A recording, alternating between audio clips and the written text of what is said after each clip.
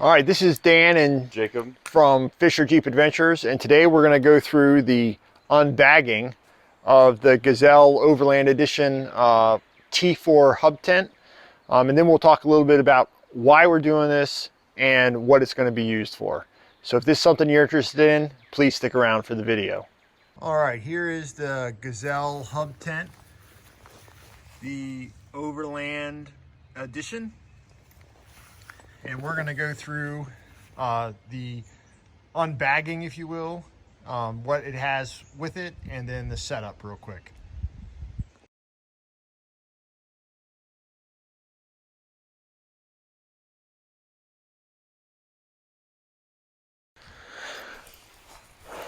All right, so in the bag comes, the Overland Edition has two specific things that are different than the others. So there's a couple T4 tents. There's the regular T4 and then there's the Overland Edition. And what comes with the Overland Edition is it comes with its own footprint in its bag, and it comes with upgraded stakes. So if you look at some of the Gazelle reviews, you'll find that the stakes that come with the normal T4 tent or the T3 tent, the stakes are, well, they're crap. And so in the Overland Edition, they improved them to give you a better holding capacity. So it has its own pouch in the bag, comes with some guy wire string that will change out. And like I said, the other edition, the other thing that's good about the Overland Tent Edition is that the bag is more waterproof than the other one. So it's water resistant. The issue is the zipper itself, but the zipper comes with a closure. And because this is going to be living outside on the Jeep, we will probably wrap it in a tarp and cinch it all together just to ensure that water doesn't going to get inside.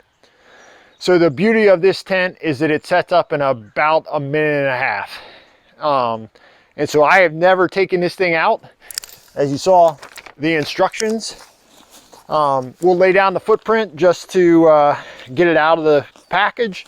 The one other thing that Gazelle has done, which I think has gotten them a lot of good reviews, is the fact that they oversize all the bags, because with most stuff that you buy today, once you take it out of the bag the first time, it's never going to go back in right. Wish they did that on their sleeping bags. On the thing. Okay. There's no glare. All right, we're going to start.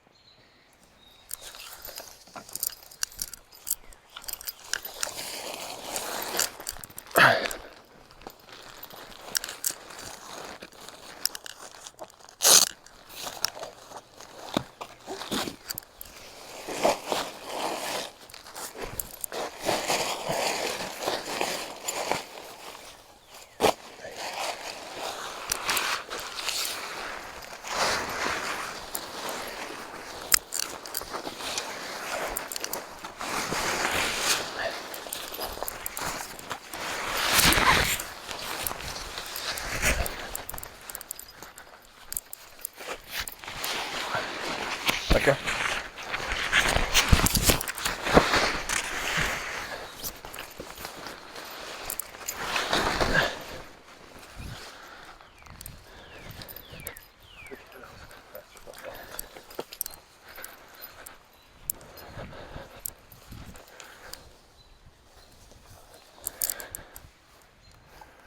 All right, that's it. So the next step is just to put the rain fly on, and I guess for all intents and purposes we can do that too. So if you take that added step. All right, so that's basically the setup for the tent. So the rain fly clicks into here, and these are actually like a steel post, and then basically you just strap these down and you strap the four corners of the tent down, and that's it. And so we'll take a look inside.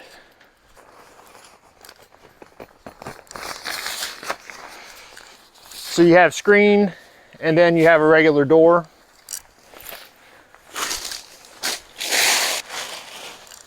Packing paper.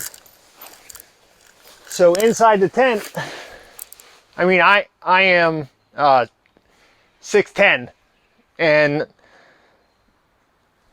there's plenty of space to stand up in here and to change. And so there's lots of windows. One of the huge benefits of this thing is that there's ample ways to get ventilation, especially for camping in the summertime. You have a mesh top that's nice to let the hot air out, as well as let cool air in. You have storage pouches on the sides, on all 4 sides, and it's big enough to put in a queen mattress, or at least a double mattress pad to sleep on. And yeah, so this is the tent. The other cool thing about this is it does have a removable floor. So if it gets dirt or anything else in it, you basically just unvelcro the floor at the seam, and it goes right back together the way that it was put from the factory. So we picked this hub tent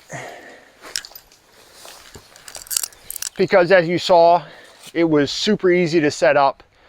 Again, all of the reviews on this tent have nothing but good things to say at the 1 month, 1 year, 2 year mark. And for us, because of our experience on our last camping trip with a rooftop tent and not knowing that that's going to keep us dry, we picked this option simply because I wanted something that was going to be livable for 2 weeks, but also be reliable and understand that it's going to keep us dry in all of the conditions that are out there. So I'm really happy with it. So that, again, like I said, I've never touched it. I've watched a couple of videos, but it popped right up in just over a minute. Take another couple 30 seconds or so to put the rainfly on, and then add, 15 or 20 seconds to put down the actual footprint down to protect the bottom of the tent. And really, you're done. So we'll take it down and so you can see how fast it really basically goes back together. And we're just doing this in the side yard of the house.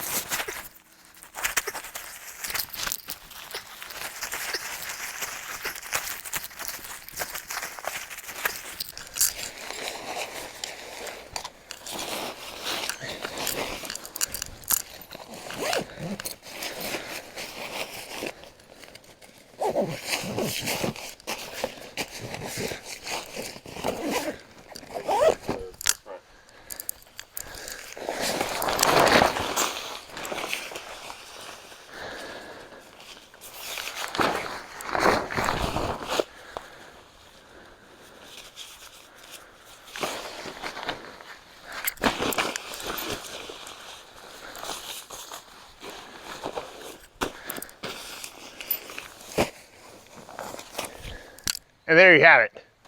I mean, I don't know how much easier it can get to break down camp. So one of the things that's super important on the Overland side, because you're basically moving every single day, so you're putting up camp and you're taking down camp, is can you do it fast? One of the things that I did not like or do not like about the rooftop tent that I have, which is primarily probably the reason why we're going to get a different one if we go back to it, is the setup is easy, the takedown takes forever. And to me, that just, we spend a lot of time breaking camp down with the rooftop tent, just because of the soft shell rooftop tent takes a long time to put away. And the worst part about it is in the cold. It's easy to set up in the cold, but when you have to take it down and it's 30 degrees in the morning, by the time you get halfway, you can't feel your fingers anymore, because it takes so much time to fold and pack and throw the cover and zip and do all the things that you have to do. So like I said, this is a pretty expensive option. It's about $450, but I think it's totally worth it. And with the videos that I've seen, I think it's going to be a great tent for us. And we're truly going to put it to use, because we're getting ready to leave in a couple weeks to head out to Colorado. We're going to stop in the Ozarks and we'll literally be living out of this tent for 14 days. So we'll have a great review of how does it hold up day after day after day in different weather conditions and different campsite conditions and everything else. So based off everything I've seen, I'm really excited about it. And then we'll determine, you know, what we're going to do after that. So we can take a look at the Jeep real quick and show you how we changed the top of the Jeep to accommodate this. All right, so if you look at the top of the Jeep, it looks like the Rome Adventure Company threw up a bunch of storage boxes on the top of the Jeep. There are two 95-liter Rome boxes and two 105-liter Rome boxes. And what that does is it gives us a bunch of storage, but it also creates a place for the Gazelle tent to go. And I did it specifically designed because I know where I want to put this.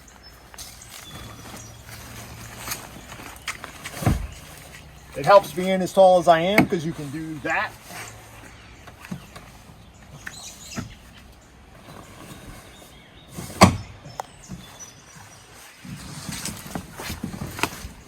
But then the tent is designed to just sit right in between the boxes. So it'll be wrapped in a tarp, of course, to keep it from getting wet in the event that we have weather while we're driving.